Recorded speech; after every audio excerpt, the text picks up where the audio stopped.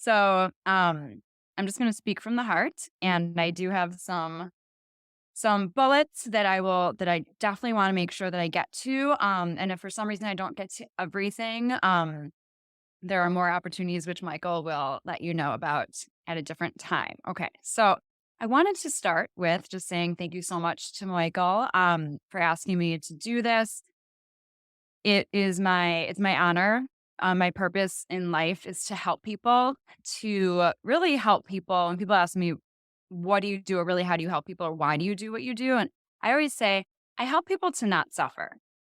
And you wouldn't necessarily think that that would be the answer that a relationship love coach therapist answer would be. But that is the work that I do. Um, I help people to get past their limiting beliefs, to really live the life that they're destined to live. And I I wanted to start off before we get into the steps to courageously manifesting love. Just wanted to talk about trauma, and I will be talking about it as I intertwine it, of course, through courageously manifesting love. Um, but I saw this quote from Gabor Mate, who Michael interviewed. Um, And I wanted to talk about it because it is so meaningful. And I also have another way to look at it as well. So he says that the trauma is not what happened inside of you as a result of what happened to you. Trauma is the wound that you incurred, and really you can heal that wound at any time. And he was saying, and I agree, that trauma is that you can't change what happened, but you can change how you feel about it. And what I always say is the issue isn't the issue, it's how you relate to the issue that's the issue. And with that said, I just wanted to bring up a book that was very pivotal and life changing for me. And it's called Untethered Soul. I don't know if you guys have heard of it, but it's by David Singer. And I 100% suggest you reading it because the greatest gift from that book is kind of like what I was just saying, which is that something can happen to you in your life, but it's the meaning that you put on it. Like when you drive down the highway, you see trees or you see street signs and you just pass right through and there's no meaning to it. There's no emotion. But when trauma or things that happened to us, or I'd like to say for us, because everything is an opportunity for learning and growth and upliftment. When things happen for us in our lives, instead of staying there, we do have the ability to let it pass through with a lot of work. Like Michael was saying, it's a 12-year journey for him. It's been I've been in a spiritual journey for the past maybe 7 years. Um, and what I've learned, I'm going to be teaching today. So I think Michael's point also is that we've been on long journeys. However, we we teach this stuff to streamline it, and we want you to then teach it to other people to spread the word. So highly recommend that book. Wanted to just talk about trauma, that little just overall in general before I get into manifesting love. So and also one more thing about that, there's something called a samskara. So I've put together kind of all these different ways of looking at trauma before I get into my topic. So a samskara is crystallized energy. And the thing about crystallized energy within our bodies is that it's crystallized until we start chiseling away at it. And I'm going to talk about that throughout my talk right now about how, unless we do something about this trauma, this unresolved issue, this negative narrative within us, it's not going to go anywhere. And subconsciously, it it pretty much prevents us from living our best life and living the life that we're destined for. So, with that said, now I'm going to start with the steps to manifesting love. And like I said, I don't know if we're going to get to everyone, but we will start with the truth. That is the first step, which is that you need to love yourself unconditionally. And you guys have all heard, well, you need to love yourself before someone loves you. And you guys have probably thought that that's BS. And you've probably maybe not understood what it fully means. So I'm going to explain to you what I think that means and why it's so pivotal. And why, if you look back at your past relationships with manifesting maybe not the right person.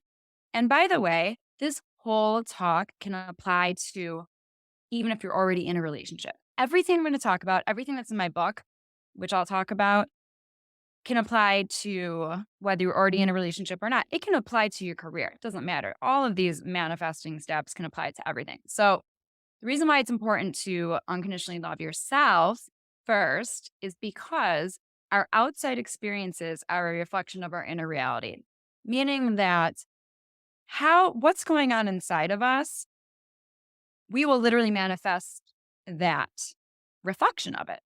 So if you are feeling unworthy of love, unlovable, incapable, you have trust issues, you're going to manifest a relationship or within your relationship already that will just validate that you are unworthy of love or you can't trust people or you're incapable of having love.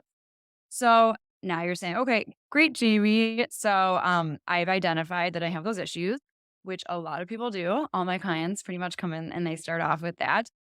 What do I do about it? How do I change these negative narratives now that I understand that it's so important to be living this life where I am living with high vibrations, meaning joy, peace, confidence, really knowing who I am.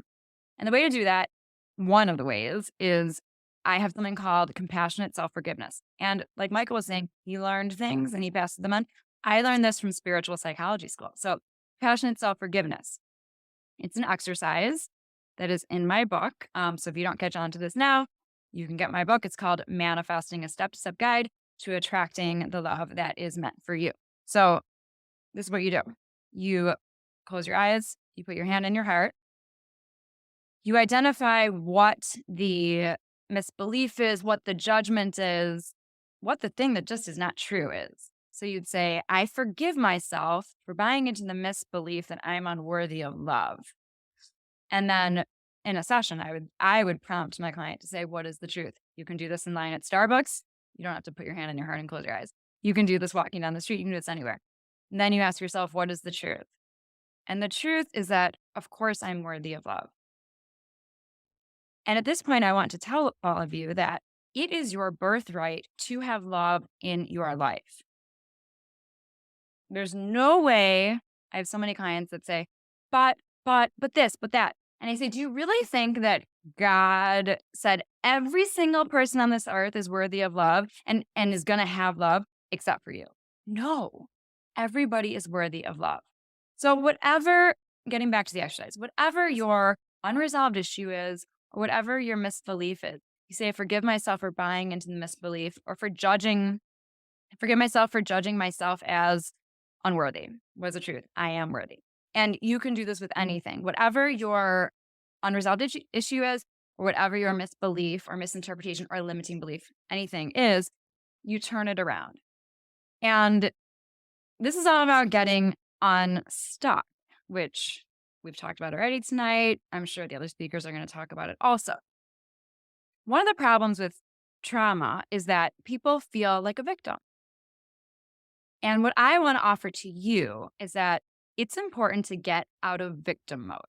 Going along with everything we're talking about with this first step of manifesting love, you need to get out of victim mode. And why is that? For the same reason that I was just saying. It's because our outside experiences are a reflection of our inner reality. So if you identify as a victim, you will manifest experiences and experiences and people that will reflect that you are a victim. So once again, the way that you get out of victim mode is to first acknowledge, okay, I've been identifying as a victim. You want to go from victim mode to thriving mode. So you can do that compassionate self-forgiveness with that. I forgive myself for buying into the misbelief that I'm a victim. What is the truth? I am a beautiful being that is worthy of everything in this life. I am empowered. I am strong. And I'm not going to let my past determine my future. It's about making that choice. So, and Michael has talked about this also already. Make that choice to start today to say, okay, this happened to me, this happened to me, this happened to me. This was up. This sucked. I did not sign up for this. But what am I going to do about it? And then you have that moment, you have that tender moment with yourself. And you say, okay, this is the day that I'm going to start, because might not happen overnight. It takes practice. But this is the day that I'm going to start loving myself more and not identifying as a victim, because I know what's on the other side of this. And what's on the other side of this is freedom. What's on the other side of this is love, pure love, the love that is meant for me. So let's move on from, I'm kind of keeping track of time, but not really. So, Michael, just give me a little shout out if you need to. And like I said, I don't know if we're going to get to every step. This is a 200 and something page book that I wrote. So I'm trying to pack it all in. But another very important part of manifesting, of courageously manifesting, is forgiveness. And we were talking about compassionate self-forgiveness, forgiving yourself for anything that you've ever done. Because that's really what unconditionally loving yourself is. I forgive myself. No, I love myself no matter what. And I forgive myself. It's also about forgiving the other people in your life. And I know that seems so hard to do. And I'm sure you guys, if you're here, I'm guessing you've dabbled with some sort of therapy, maybe not. It is so hard to do. This doesn't mean you have to be best friends with this person or you ever have to see this person again. You don't even have to have a talk with this person. But to free yourself from the chains, to forgive anybody in your life that you are holding that crystallized energy with, because it sounds cliche, but it's true. It's only hurting you. It's only keeping you back from love. So forgiveness is a huge part of courageously manifesting love. Okay, intuition. Intuition is huge. Intuition is my absolute favorite topic when it comes to manifesting love. And I just want to tell you first, because people hear intuition all the time and they don't necessarily, they think it's like Leslie was saying, well, she didn't say woo woo. She said woo, only one woo. I'll just say woo woo. People think intuition is woo woo. And you know what? Yes, I'm an intuitive. I also do readings, even though you wouldn't necessarily know that about me. I'm an intuitive. I can connect with people that have passed on. But really what intuition is, and we all have it, and why it's so important with manifesting love, is it's that connection with ourselves. So you need to be connected with yourself and know what you're looking for in order to actually manifest love or manifest a better relationship. And intuition, let's say you are single. Intuition comes really handy when you are on a date. Is this a yes or a no? Or you get into a relationship. You're in a relationship for 5 years. Is this a yes or a no? And the truth is that you always know the answer. You knew from the beginning the answer. But people make themselves so crazy over having to ask a million people what the answer is, what their answer is, when we are the experts of ourselves. So an exercise for starting to hone in on your intuition, and it's just a muscle like anything else, is just to start being conscious. Everything is about fear and love. Am I making the fearful choice or am I making the loving choice? The fearful choice would be, I'm making this choice because this person thinks that I should, or society thinks that I should. But the loving choice is, I know what makes me happy, and so I'm going to make that choice. And so with love, and love is why we live, love is why we live, you want to make really good choices. So connecting with your intuition is so important. And the exercise is, before you go to sleep at night, I want you to say the top 10 I am statements. I am smart. I am funny. I am courageous. Whatever those, think of 10 qualities. Say them before you go to sleep at night. And then ask the universe, okay, if you're not spiritual, it doesn't matter. Just ask yourself to connect with yourself. It doesn't matter. But in your sleep state, you will find that the more you do this nightly, the more you will feel more connected with yourself. And the more connected with yourself, the more your intuition will grow and the more you will be able to manifest that right person for you, because you'll be showing up as your authentic self. Let's get into believing and trusting. So in order to manifest love, and let's just bring in, since I know I have a little bit of time, let's bring back the trauma, the anything that happened in your life that is keeping you from love. You, like we were talking about before, you will give yourself any excuse to not find love, to not get love. Your ego, which is your fear-based mind, will keep you from being in your heart and your authentic self. It will keep you from believing that that love is actually out there for you. So what you have to do is you have to have a talk with your ego and you have to say, I am driving this bus. Take a back seat. Okay? Take a back seat.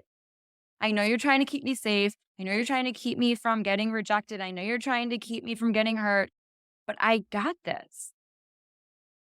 You have to believe it's going to happen for you in order for it to happen. And you have to trust that it's going to happen for you in order for it to happen. You have to trust yourself and trust the universe.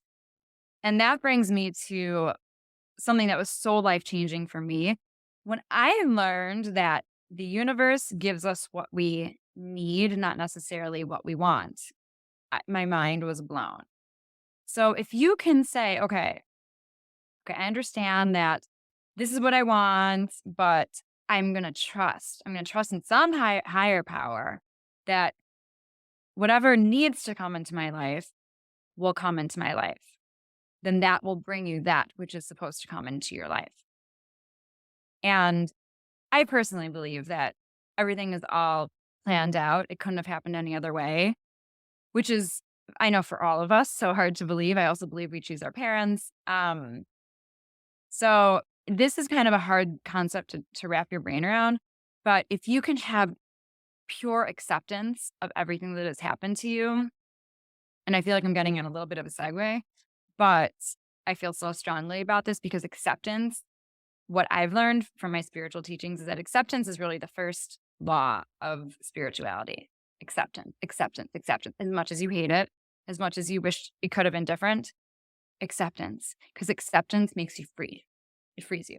So getting back to believing and trusting. Believe and trust that it's going to happen. And the next step is to visualize. Actually see, whether you're already in a relationship or you're going to manifest love, actually see things getting better. Actually see that person in your life. Let's just address the single people. So from as simple as, if you're single, undo both sides of the bed at night. Actually live as if that person is already in your life. If you're pouring yourself a glass of wine or setting the table for dinner, invite your future or present person to the table also. This is getting a little woo-woo. However, you can talk to their soul, meaning like before you go to sleep at night, how was your day? And for some of you, you're like, what are you talking about? But I know that there are some of you that do like this stuff, so I'm just going to say it anyway. So live your life as if that person is already in it. And that also brings the confidence to your life. Like I remember years ago, I mean, I was some early 40s, okay, now, but a long time ago, I was a teenager and I remember just feeling a little insecure. And this is obviously way before my spiritual journey. And I think I've always been an old soul. And I just had this talk with I think I was also destined to be a therapist. And I had a talk with myself. And I said, I'm just going to show up at school, at this summer program. I'm just going to show up as more confident than I actually am. And I did. And the reactions of people around me was exactly what you would think would be the reaction to somebody that was more confident than someone who was more reserved. So when you live as if something is actually happening, it literally happens. People react to that. So if you live as if that person's already in your life, it just helps the universe bring that person closer to you and in a faster fashion. And finally, I'm just going to talk about surrendering. So this kind of goes back to what I was saying before, which is the universe knows better than we do. This also is a little talk about control. We love to control as humans. It's our favorite thing to do, but control is an illusion. Okay, not everything. We can control what we put in our mouths. We can control what we say. However, when it comes to everything else in life, control is an illusion. So if you just say, okay, I'm going to do everything I possibly can to manifest love, but at the end of the day, I'm also going to not have this desperate energy because that doesn't help. If you focus too much on something, the universe gives us what we focus on. If you're focusing on the fear it's not going to happen, then it will become a self-fulfilling prophecy and it won't happen. So I'm going to just sit into this. I'm going to live into this. I am going to do everything I can, be my authentic self, believe it's going to happen, trust it's going to happen, do my compassionate self-forgiveness, heal, do everything I possibly can. At the end of the day, then say, I surrender. I surrender. And in my book, I talk about my surrender story with my husband because I didn't meet my husband till I was 34. And through trial and error, I was a huge dater. I felt like I dated every man in this whole world. I was also a very good girl, so I was promiscuous, but I I learned a lot. And I had had enough of the situationships and everything. And so in my book, I talk about my surrender story. I bring up my grandparents also. I was going to lunch at their house and I walked in the door and I said, I'm free. Because on that drive from the city to my grandparents' house, after I had a situationship night the night before, I decided I'm done. I'm done with meaningless things. And there had to be a different way. So I went through all the steps that I just went over. And the biggest thing was that I just surrendered and I said, okay, universe, like I'm trying so hard, I'm doing so much, but now I'm just going to give it up to you. And then my husband showed up, I don't know, maybe 2 months later at the end of the summer. So surrendering is really important also. And also it lifts this heaviness from us that this feeling, this pressure of I have to do everything. If you say, okay, I know I'm doing everything, but now I'm just going to ease into trusting, believing, visualizing, and all the other steps that I talked about, and you just surrender.